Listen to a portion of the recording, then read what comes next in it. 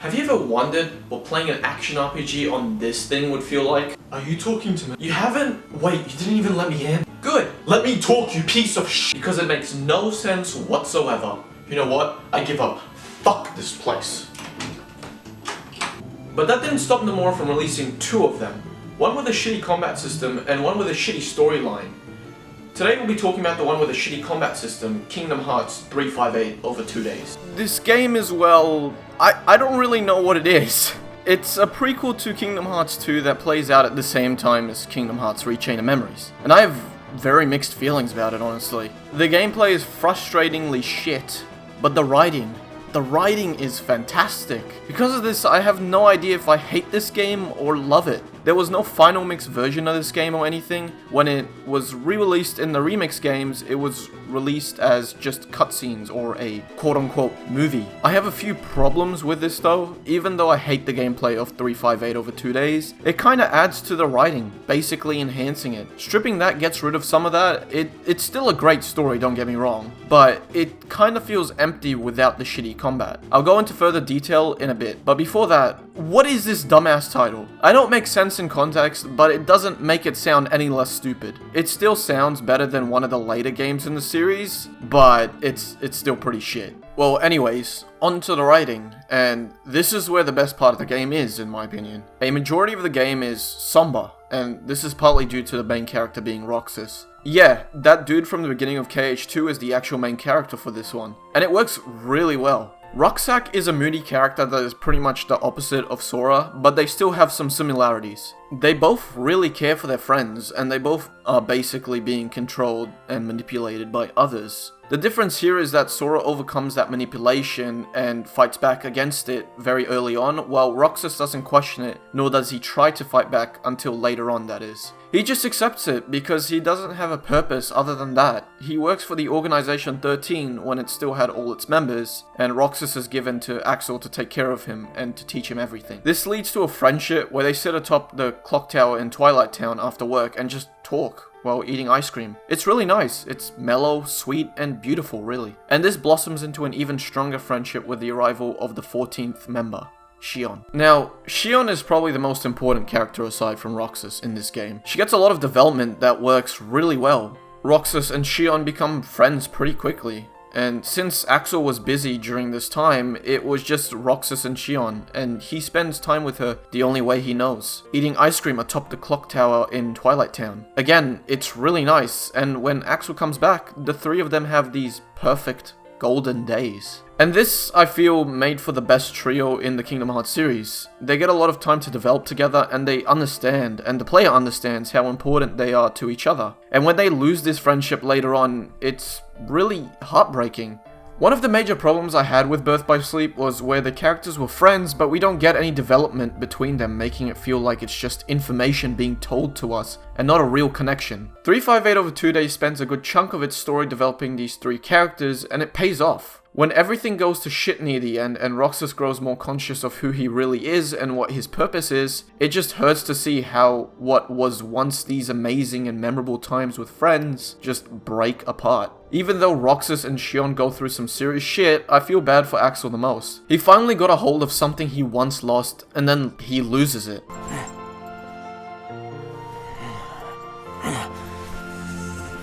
What's your problem? You both think you can do whatever you want. Well, I'm sick of it. Go on, you just keep running.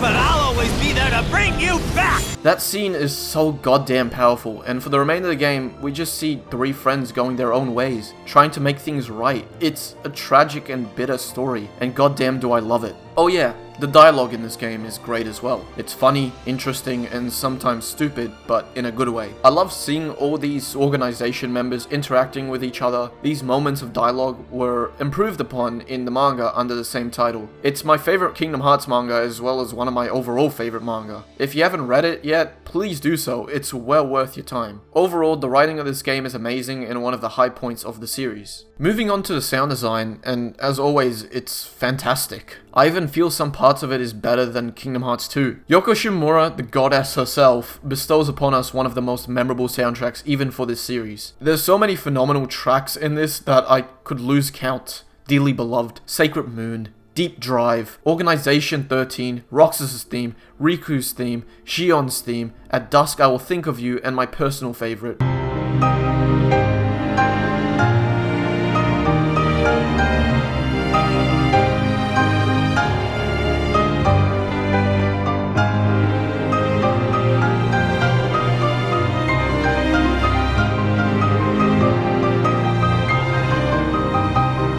Just so many amazing tracks that I listen to every other day. Yeah, it sounds a bit iffy on the DS, but some tracks I feel sound best on the DS because of its atmosphere. Sacred Moon is one of them.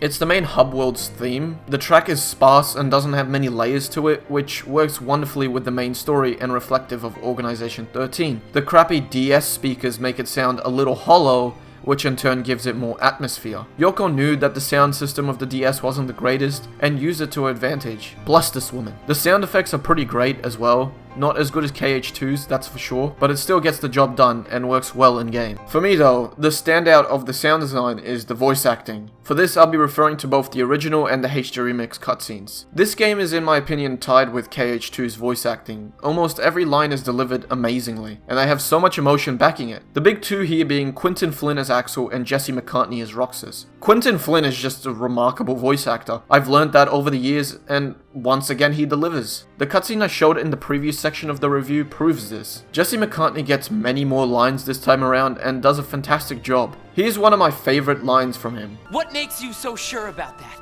I have the right to know the truth. How did I even get here? Why am I so special? Where did I learn how to use the Keyblade? I hardly know who I am. What is so wrong with wanting some answers?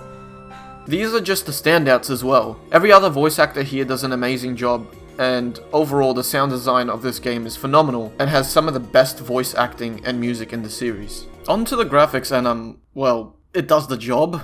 As you can see, this game is pixelated as all hell. The DS wouldn't be able to handle anything more than this. I'm sure it was because of this reason, and not because the dev team was lazy. I can't really say much about this game's graphics. It's good for the system it's on, but it ain't anywhere near amazing. It's kinda hard to see what's what sometimes. I'd like to say that the art design is great, but I can't see shit. I do really like the designs in this game though. The new areas look cool, and the new characters like Shion look nice as well. It's just kinda hard to see every detail because of the DS. Yeah, I can upscale it on a PC with an emulator, but even then it's not all too amazing. It's too bad the Fan HD remaster was cancelled, because I would have loved it. Overall, the graphics of this game are good, but don't look all too great because of the limitations of the DS. Here is where my love-hate relationship with this game is the most apparent. The gameplay.